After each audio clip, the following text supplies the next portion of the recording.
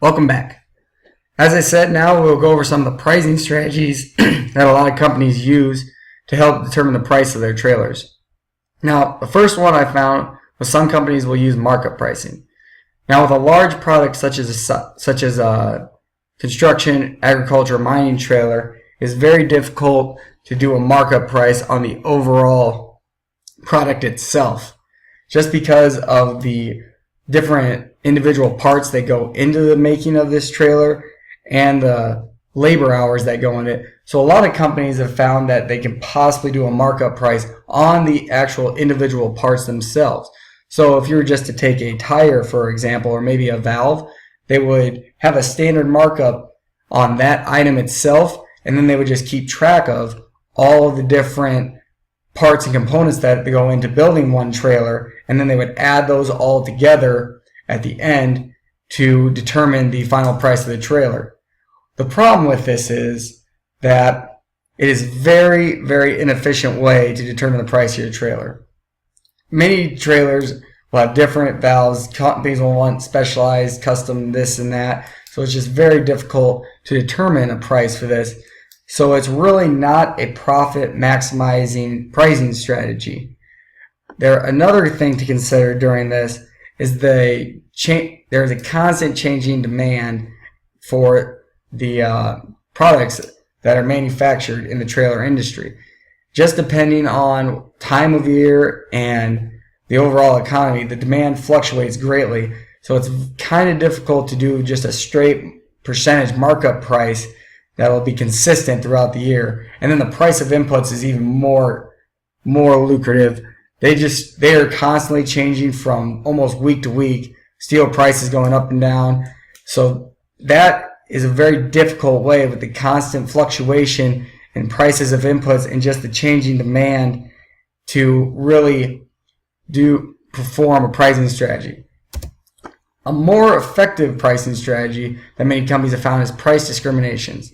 Now, companies are able to do this in this industry just because there's a lot of larger organizations in the trailer industry, and even companies that are not huge have found a niche or have really specialized in a certain area, so they are able to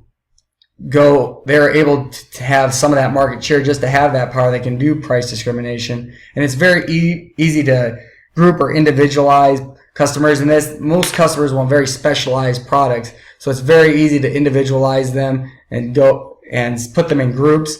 And then there's very little risk of resale. Just as in the automotive industry, once a trailer comes off the lot, it depreciates in value instantly, just like an automobile.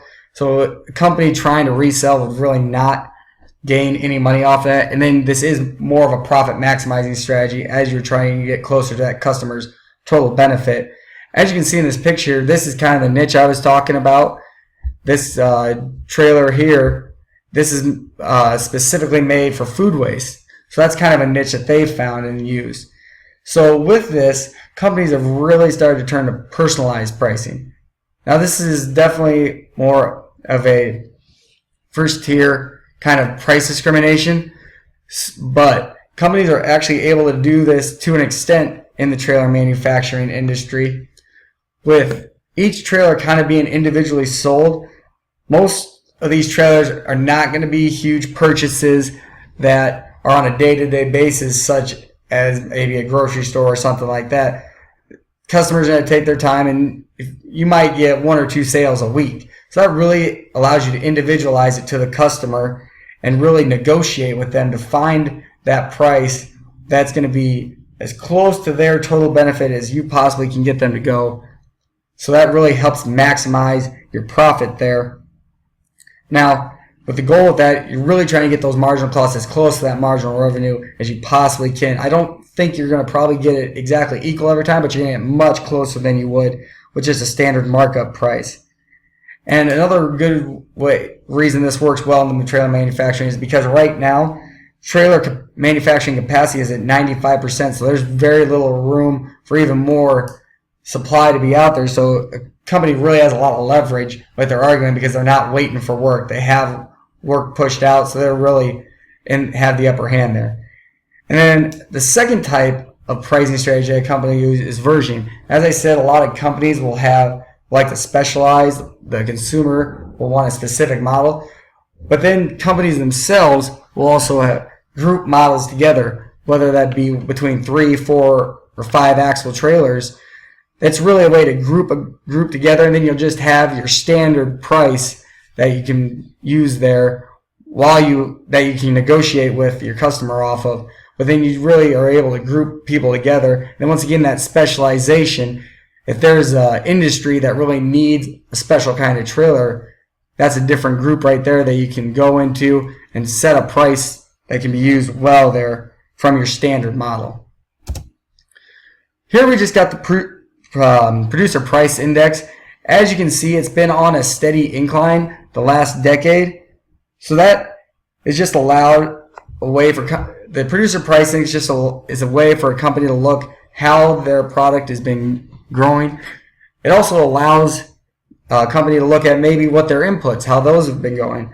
So while a lot of the steel inputs and stuff have been on the rise, it's just been a boomerang effect here that it allows the trailer industry to increase its prices as well. Now, a trailer would be considered a finished product since there's 3 groups to producer price index here. But as you can see, just because of this increase in the index itself here, that has led to that increase in the competition and just increase in the overall substitutes that are allowed in the industry. As we start to wrap up this preview here, as I was saying, trailer sales have generally been on the rise since 2006, with a little dip there in 2008 because of the Great Recession. But since that's really been over, they've really jumped up here in the last 4 or 5 years. They just keep growing. So it's a booming industry right now, which has led to a lot of increase in the overall competition that the industry has seen, which has led to more substitute, which has just increased that elastic demand that much more. So that has led companies to needing to choose a pricing strategy that really is allowed for that. Now, with the price elasticity there, companies have to be careful about changing their percentages, just because if they go too high, they're going to lose their return from the increase in price will decrease the quantity too much. So that will really be a negative effect on the overall company. And then just the inputs that go into the products themselves.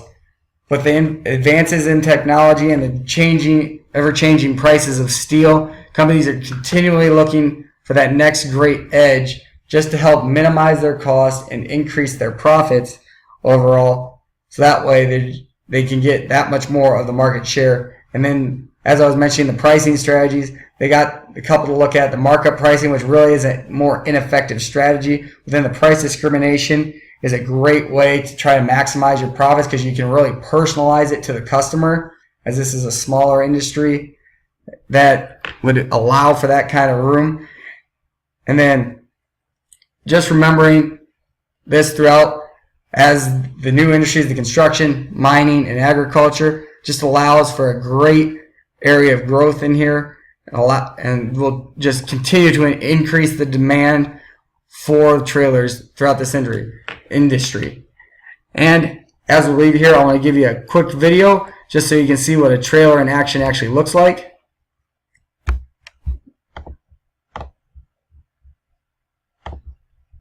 This here is what's called a tipper trailer. It's used in the mining industry.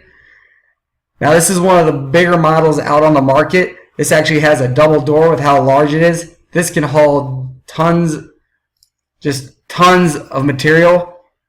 And this is just kind of a specialized trailer. I just want to show you kind of how the industry is specializing to its customers and allows it to use that personalized pricing for different products like this, and just increase its market share by having niches like this so it can look for different customers just like that. I thank you for your time, and thank you.